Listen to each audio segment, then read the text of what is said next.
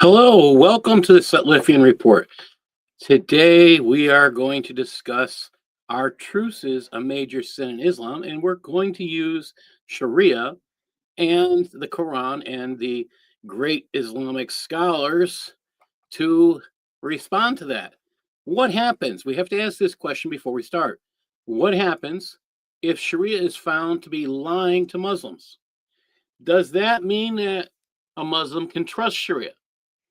Well, if Sharia is lying to them and it's Allah's law, is it not deceiving them?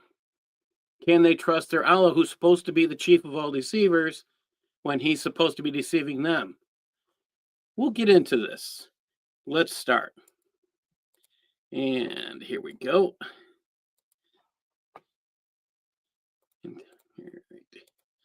So, and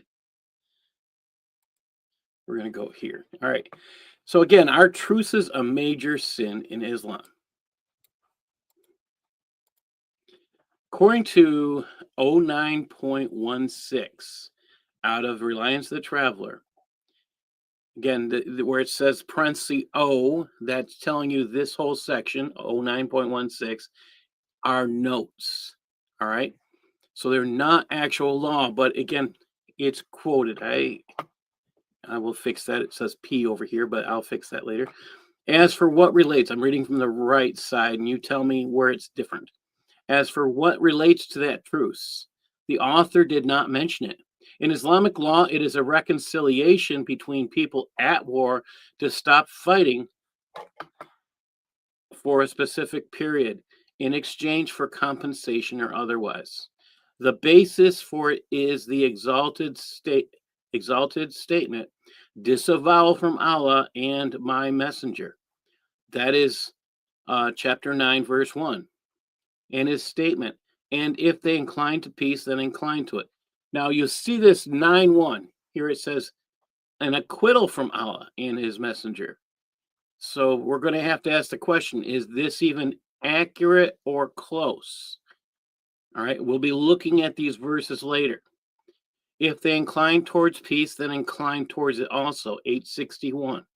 We need to look at and see if they're being honest with us when they're talking about Sharia. Again, this whole section, 09.16, is a note.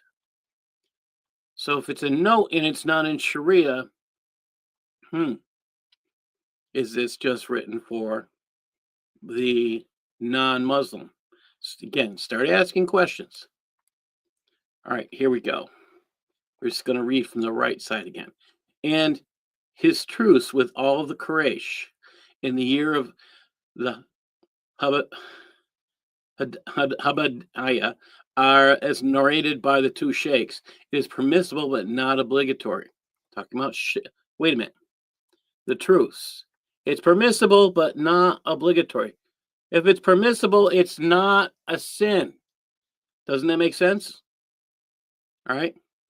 In the Sharia, it's saying it's not a sin. Right over here, you can see on the right. Guys seeing this?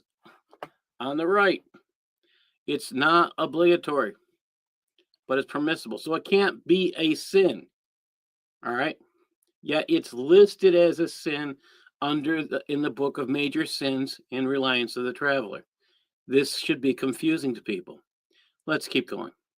It's concluded for some of the infidels of a region by their governor, even if he is a governor or an imam, even if he is his deputy, and for all other infidels and the infidels of a religion like India and Rome by an imam, even if he is his deputy, because it is one of the grave matters as it involves abandoning jihad completely or in a specific direction, because it does not have a role in looking after our interests. Now, this is Islam saying this. So if you're abandoning jihad completely, you're not looking into the interest of Islam. Are you catching this? So it's appropriate to delegate to the imam completely or to whomever the imam delegates the interest of the region. So if somebody's making a truce, then these decisions now default to somebody else. That's also of importance. A truce must have a benefit. The absence of a benefit is not sufficient. So you can't have a truce where Muslims don't get a benefit. Allah the Exalted said, "So do not weaken and call for peace while you are superior." This is Al-Bukhari and Muslim in chapter 47, verse 35. Here we go. Keep going here. We're reading again from the right. It is not permissible to pay more than that accepted in separate contracts, and it is stipulated in each contract that it does not exceed 10. You're talking about 10 years. All right, you cannot have a treaty under Islam that's longer than 10 years. Doesn't matter who made it. As soon as the 10 years hits, Muslims must break their treaty. That is Islamic law. Again, they're saying it's a ruling known from the contract of jizya, which is that when it is a valid contract, we are obligated to refrain from them until its cities are completed. Whose cities? And you notice over here, you have all of this. It's all fluff because it's not in Arabic. That's another point that we need to be paying attention to when you read Reliance of the Traveler. And keep going here. Now, I went and spent some time looking into this. And one of the documents I found on islamonline.net is by Dr. Muhammad Saeed Ramadan. And this is his book about he read. Now I came down here. It says, okay, it is permissible to make a truce between Muslims and their enemies at war for a known period. That has to be less than 10 years, whether it's compensation that they take from them without compensation. So think about the truce between Hamas and Israel. What benefit are the Muslims getting? They're not getting killed. There is a reason why Muslims are allowed to make a truce that gives them benefit. It gives them a chance to become strong enough to attack back. That's the benefit they are seeking currently with Hamas. They don't want to lose their rule. Okay, this is actually what's going on. Okay, it's like that. Okay, as without compensation, because the truce of Hudna was like that. And as for with compensation is by analogy to the first, because it is permissible without compensation, then it is closer and more appropriate for it to be permissible with compensation. Again, we go down here. If the reconciliation is based on money paid by the Muslims, it's not permissible according to the majority of Muslims because it involves humiliation for them.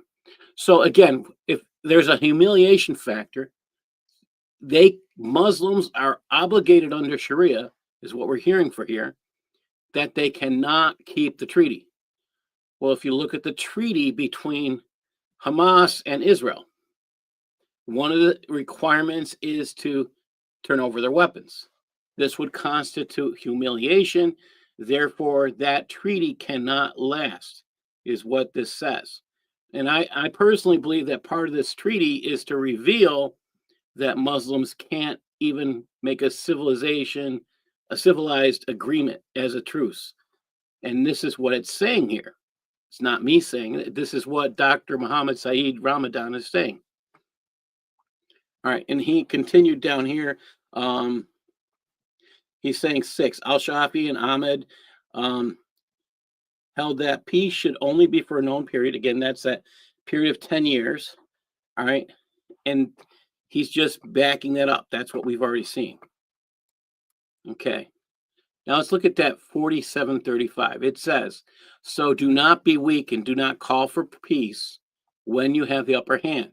And Allah is with you and he will reward you for your works.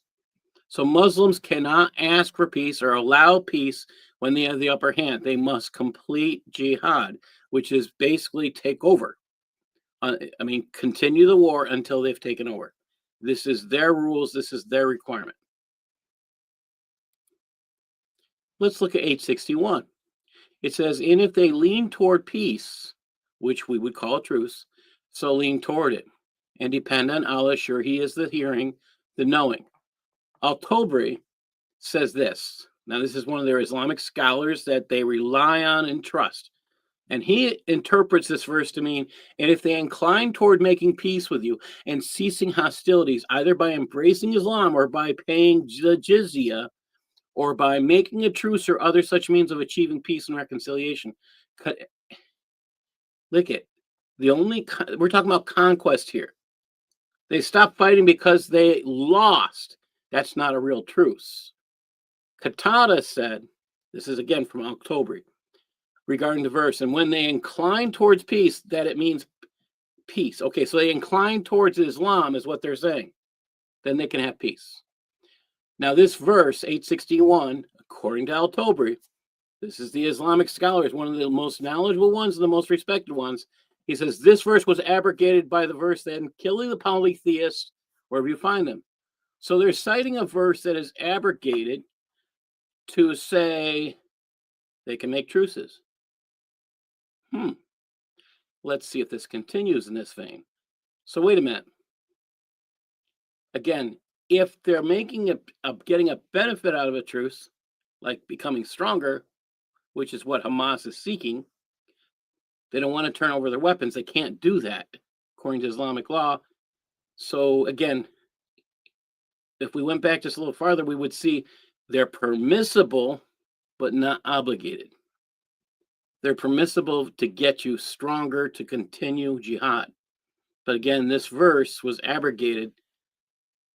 You don't make truces. You continue the jihad is what this is saying. 861 again.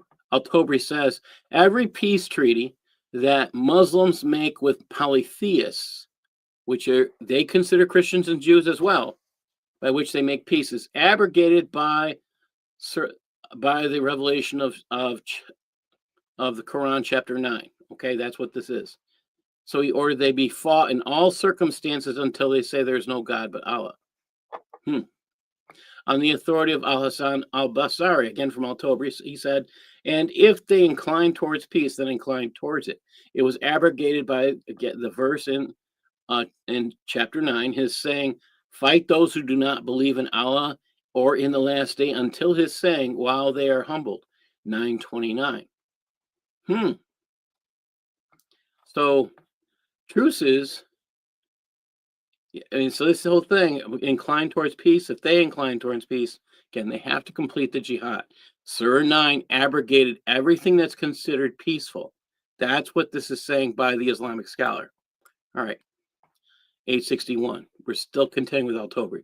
On the authority of Ibn Ishaq, and if they incline towards peace, then incline towards it, meaning if they call you to peace, to Islam, then make peace with them on that basis. Wait a minute. They're calling them to peace. Pay attention here. Ibn Wahb said, Ibn Zayd said regarding the verse, and if they incline towards peace, then incline towards it. Make peace with them, he said. This has been abrogated by jihad. Anybody surprised?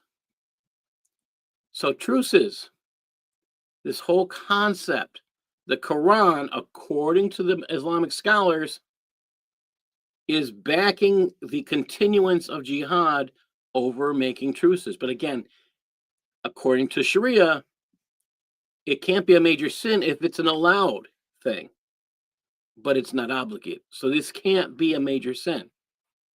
All right. Let's look at what chapter 9, verses 1 to 4 says. Allah and his messenger are innocent from the polytheists with whom you have a covenant. So travel in the land 4 months. These are the months where they don't commit war, all right? Acts of jihad. So travel in the land 4 months and know that you will not hinder Allah and that Allah will shame the infidels. And the announcement from Allah and his messenger to the people on the bigger pilgrimage day, that Allah and his messenger are innocent from the polytheists. They're innocent. Oh, why? See, they're allowed to go kill these polytheists. Allah and his messenger are innocent. The Muslims are innocent. Why? Because they're allowed to kill the polytheists according to chapter 9. It says, so if you repent, so it will be better for you. But if you turn away, so know that you will not hinder Allah and give the good news to those who became infidels with a painful torment, except for the polytheists with whom you made a covenant.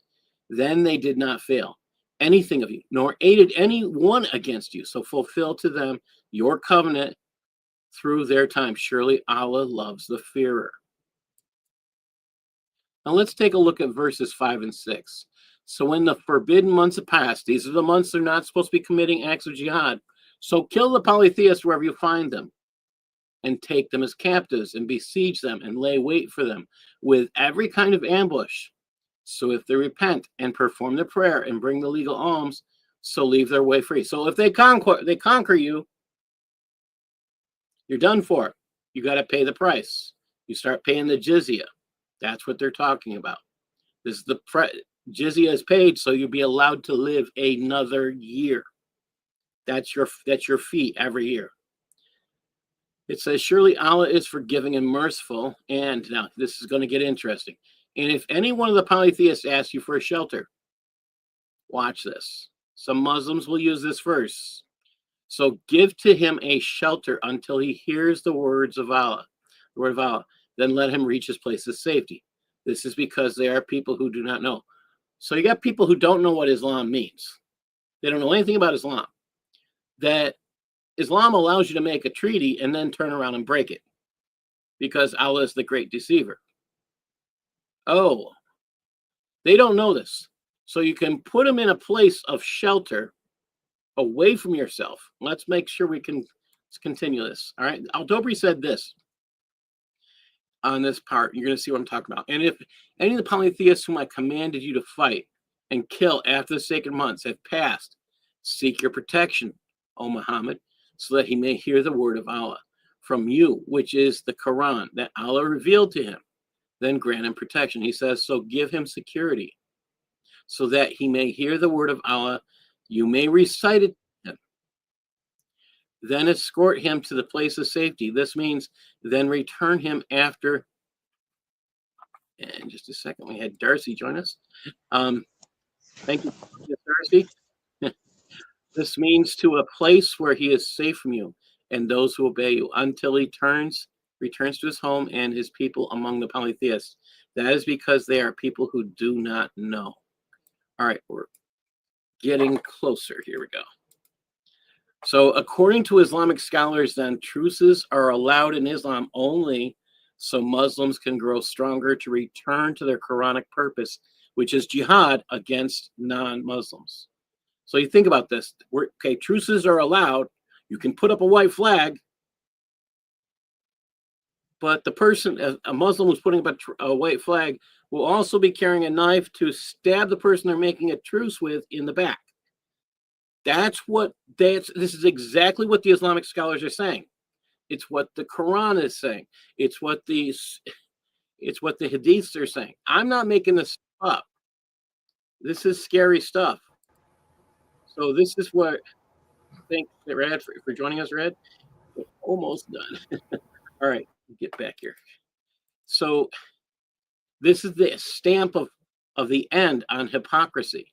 A major, it's just this is the truces are a major sin. They're not it's not a major sin of Islam.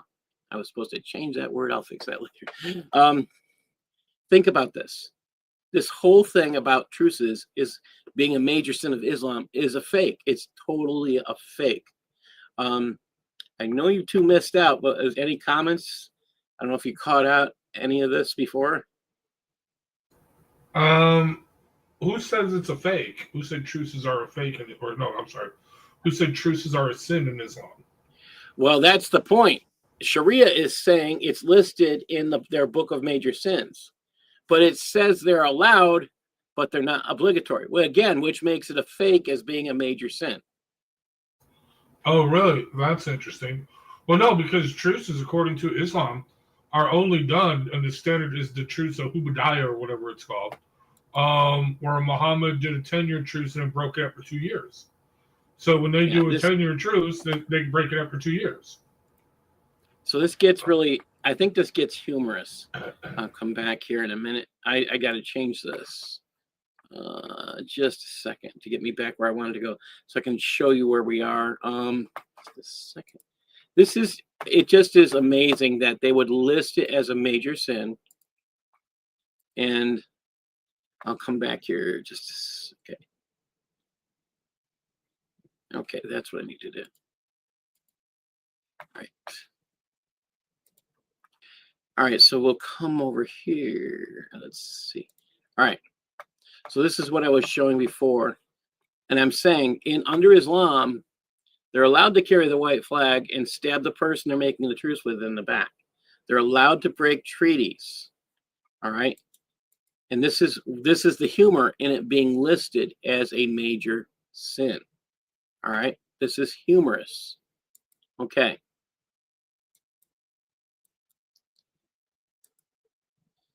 Take a look at this stuff. It is just wrong to say this is a major sin.